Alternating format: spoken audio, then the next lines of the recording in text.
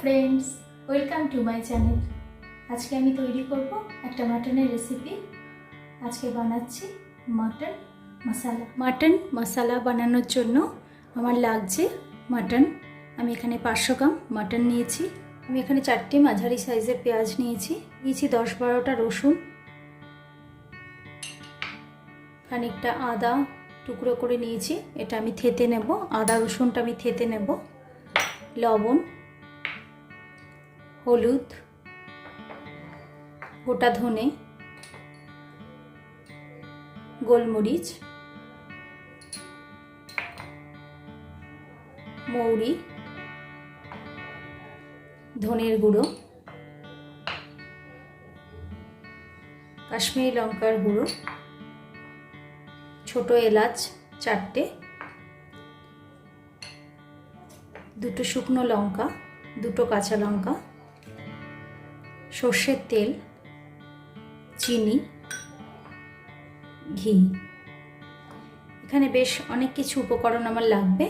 এর মধ্যে আমি ধনে, গোলমরিচ, মৌরি আর গোটা এলাচ, শুকনো লঙ্কা এই কটাকে শুকনো ভেজে নিয়ে বা রোস্ট করে নিয়ে গুঁড়ো করে একটা মশলা তৈরি করে নেব। আর লাগবে টক দই। মাটনটা ম্যারিনেট করার জন্য আমি দিয়ে দেব প্রথমে দইটা। এর মধ্যে বেশ খানিকটা হলুদ, সামান্য একটু লবণ,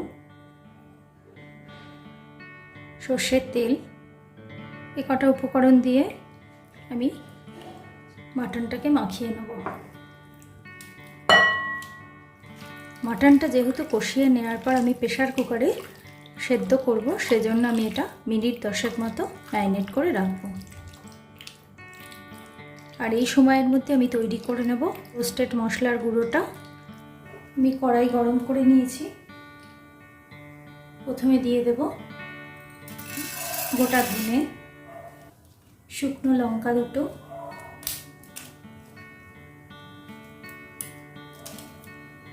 গোটা মৌরি আর সামান্য কটা গোলমরিচ।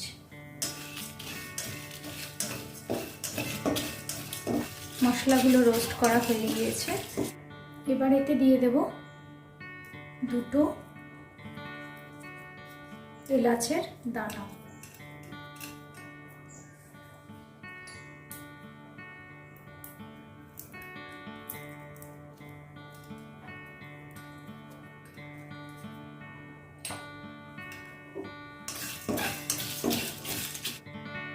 সমস্ত মশলাকে মিক্সিতে গুঁড়ো করে নিয়ে পেঁয়াজটা কেটে নেব।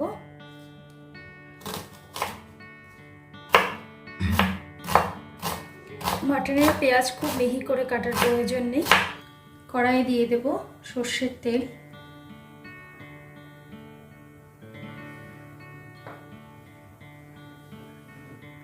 দেব সামান্য ঘি। তেলটা গরম হতে হতে আমি আদা আর রসুনটা ছেঁচে নেব। এটা তোমরা পেস্টও ইউজ করতে পারো।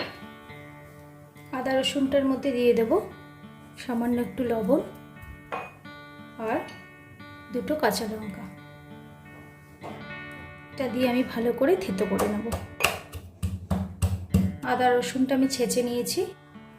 ফোড়নে দিয়ে দেব দুটো তেজপাতা, দারচিনির টুকরো দুটো, দুটো ছোট এলাচ, কটা লবঙ্গ।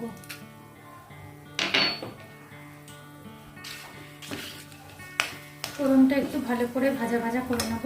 এবার দিয়ে দেব আদা রসুন আর কাঁচা লঙ্কা থেতো করা।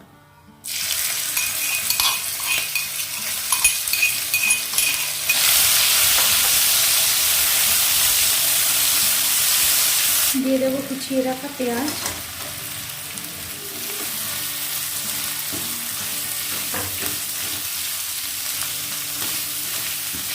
পেঁয়াজটা হালকা লালচে করে ভেজে নিয়েছি। এর বেশি পেঁয়াজ ভাজার প্রয়োজন নেই। এবার আমি এতে দিয়ে দেব কাশ্মীরি লঙ্কার গুঁড়ো, ধনের গুঁড়ো,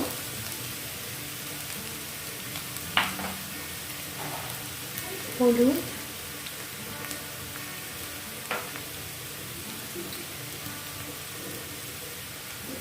সামান্য চিনি, আরও খানিকটা লবণ। আমি খানিকটা লবণ ম্যারিনেট করেছি, আরও খানিকটা লবণ দিয়ে দিলাম।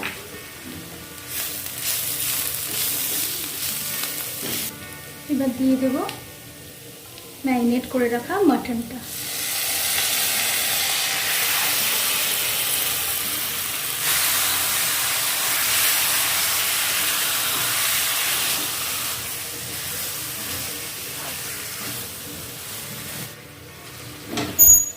গ্যাসের ফ্লেমটা মিডিয়াম রেখে এটা আমি ভালো করে কষিয়ে নেব।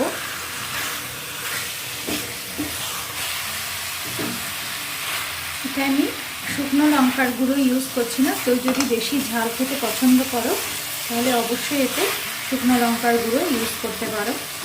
আমি যে রোস্টেড মশলা গুঁড়োটা তৈরি করব তার মধ্যে আমি শুকনো লঙ্কা ভেজে নিয়েছি, এছাড়া শুকনো লঙ্কার আর গুঁড়ো ব্যবহার করব না।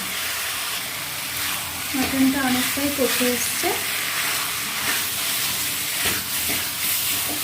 প্রায় কষে গেছে, মশলা থেকে তেল বেরিয়ে এসছে। এবার আমি একটা পিস হাতে নিয়ে দেখব এটা কতটা নরম হয়েছে। সেই পরিমাণে আমাকে প্রেসার কুকারে সিটি দিতে হবে।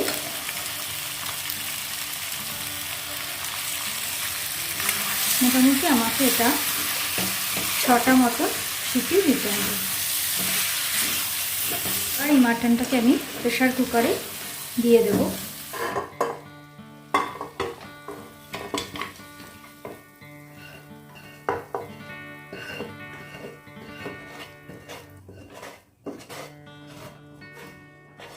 মাটন রান্নাতে কখনো ঠান্ডা জল ইউজ করবে না। আমি এই কড়াইয়ে খানিক গরম জল বানিয়ে তারপর এতে ঢালবো। কড়াইয়ে জল গরম করে নিয়েছি, এটা আবার এর মধ্যে ঢেলে দেবো। এবার কুকারের ঢাকনাটা আটকে দিয়ে 6টা মতো সিটি দেব। 6টা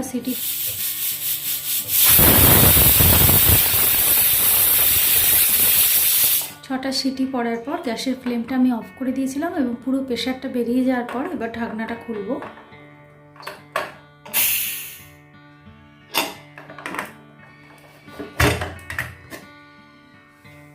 কালারটা কি সুন্দর এসছে। আমি একটা সেদ্ধ হয়েছে কিনা মাটন তুলে দেখব। খুব সুন্দর সেদ্ধ হয়ে গেছে। গ্যাসটা আবার আমি জ্বালিয়ে দিলাম।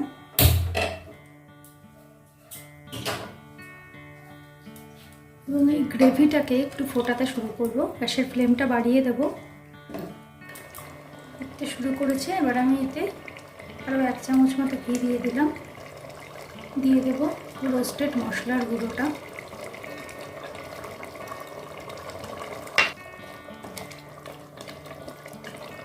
এই মশলার গুঁড়োটা দেওয়ার জন্য ভীষণ সুন্দর একটা ফ্লেভার আসছে। আমি মিনিট 2-3 এটা ফুটিয়ে নিয়েছি। এটা ঠান্ডা হলে গ্রেভিটা এমনিই জমে যাবে। এবার এতে দিয়ে দেব বেশ কিছু কুচিয়ে রাখা ধনেপাতা। এবার আমি মিনিট 2-এর জন্য এটা ঢাকনাটা একটু হালকা করে রেখে দেবো, তারপর এটা সার্ভ করে দেবো।